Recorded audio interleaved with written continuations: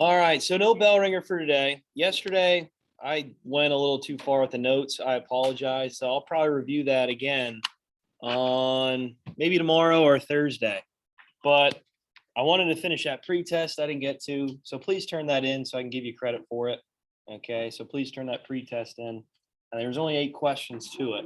But real quick, please pay attention. I'm only going to go through this once. All right. I guess I'll walk around and make sure everybody's playing the game right. But okay, number 1, class will be divided into groups of 3 or 4. I try to find 4 people. Okay, if there's a group of 3, I get it. But try to be with four people. All right, and then each student will represent one of the following European countries. So you have to choose in your group what country you'll be. Right? Try to associate with a color too. Okay, try to associate with a color. So let's just say Eddie wants to be Germany. Okay, he'll be green. Okay, Kara will be Great Britain. She'll pick blue.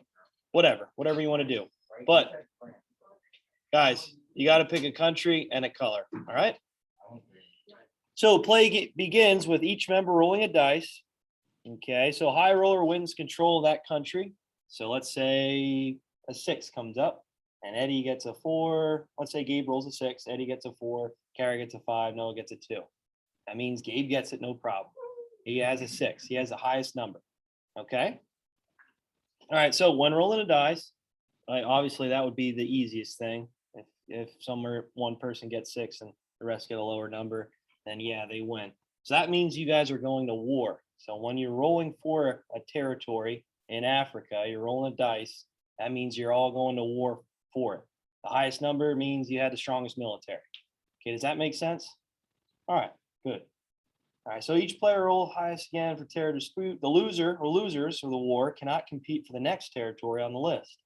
So let's say Gabe wins.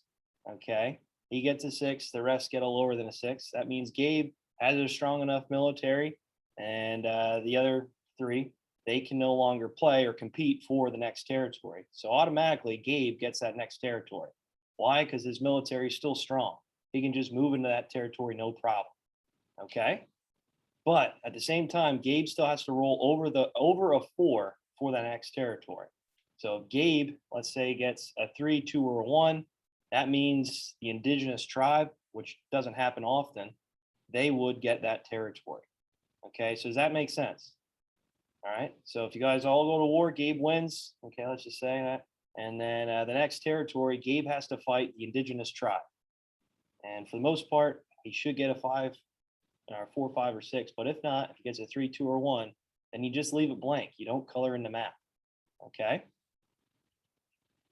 All right, so when 2 or more players tie with either a 4 or 5, they roll again to break the die. Okay, if no one rolls a 4, 5, or 6, so let's say if everybody gets a 3, 2, or 1, then no one gets that territory. That means for some reason you had a lack of military in that territory, no one wins. And that is just going to left blank. You can write independent if you want, or you can just leave it blank. I suggest leaving it blank. And then when you're coloring the map, just leave it white. Okay, just leave it white. So that means, again, the indigenous tribe wins. You won't have that too often, but in case it does happen, that's what you do. All right, so as you're going through the list, you're going to fight for each one of these territories. You're going to start here at the top, Belgian Congo, and work your way all the way down to Madagascar. So Belgian Congo, that's 5 points. Okay, you can see the 5 behind the name.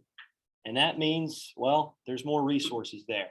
Okay, the higher the number, the more it's worth more in resources and raw materials. It's worth more to your empire. Okay, so the next one, Sierra Leone, is only 1. So that means there's not too many resources there. But hey, if you want to conquer the land, you should probably, obviously, every point matters.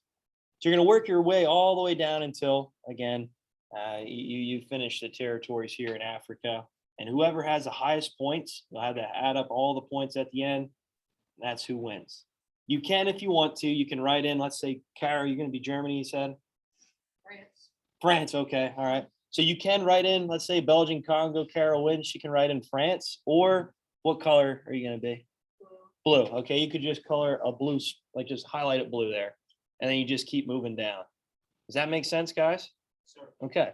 And then once you get that territory picked out, you go down to the map and color in, let's say France. Okay, let's say Kara wins. She colors in the Belgian Congo in blue.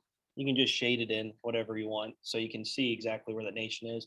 Try to avoid coloring over the name of that territory. Okay. And here's the key, obviously, for the map. So France, blue, whatever else you guys want to do for color and country. So I suggest once you fight for Belgian Congo, say Kara wins blue, you come down, color it in, and work your way down, referring to the map and the names. Okay, you can at the end kind of go back to the map and color it in, but I think it's easier if you just go in one at a time. I don't think you need color pencils though. You can color it on your iPad. Yeah. Sorry. All right. Okay. So we'll worry about the questions when we're all finished up. Okay. There are questions of it then. After it's all said and done. Oh my gosh. Okay. All right. So I'm going to come around and pass dice out. So please get in your groups. Okay. Get in your groups to battle it out. This might take, and this might go in tomorrow. That's okay though.